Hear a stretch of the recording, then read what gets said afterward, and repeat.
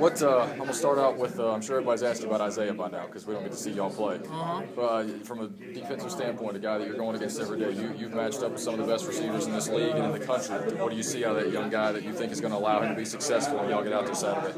He's a playmaker. He's getting better and better each practice.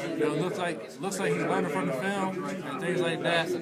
He's one of them guys that goes and gets the ball. So, as long as he keeps on progressing and learning from the film, he'll be a big playmaker.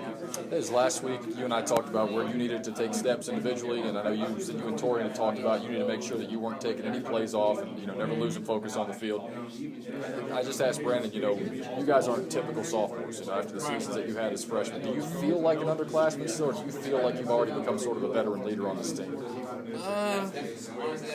I feel just based off the amount of snaps I've gotten, I feel I'm kind of one of them leaders, but more of those leaders, by actions. I'm not one of them rah guys. Definitely we got good leaders like Lou and Dietrich, Bonner, and Kashan Jarrett and things like that. But I just kind of go out there, try to push up the young guys and go 100% every blitz.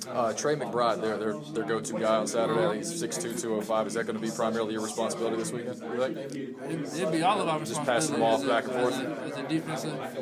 As a defensive back group, that's all of our responsibility. Just being fundamentally sound in our coverage and things like that.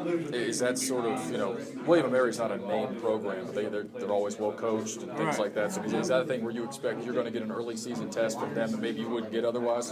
It's definitely going to be an early season test. They're definitely a good program, a consistent program. Right now that's our most important game because it's the game coming up next. So we'll focus on it and we're ready.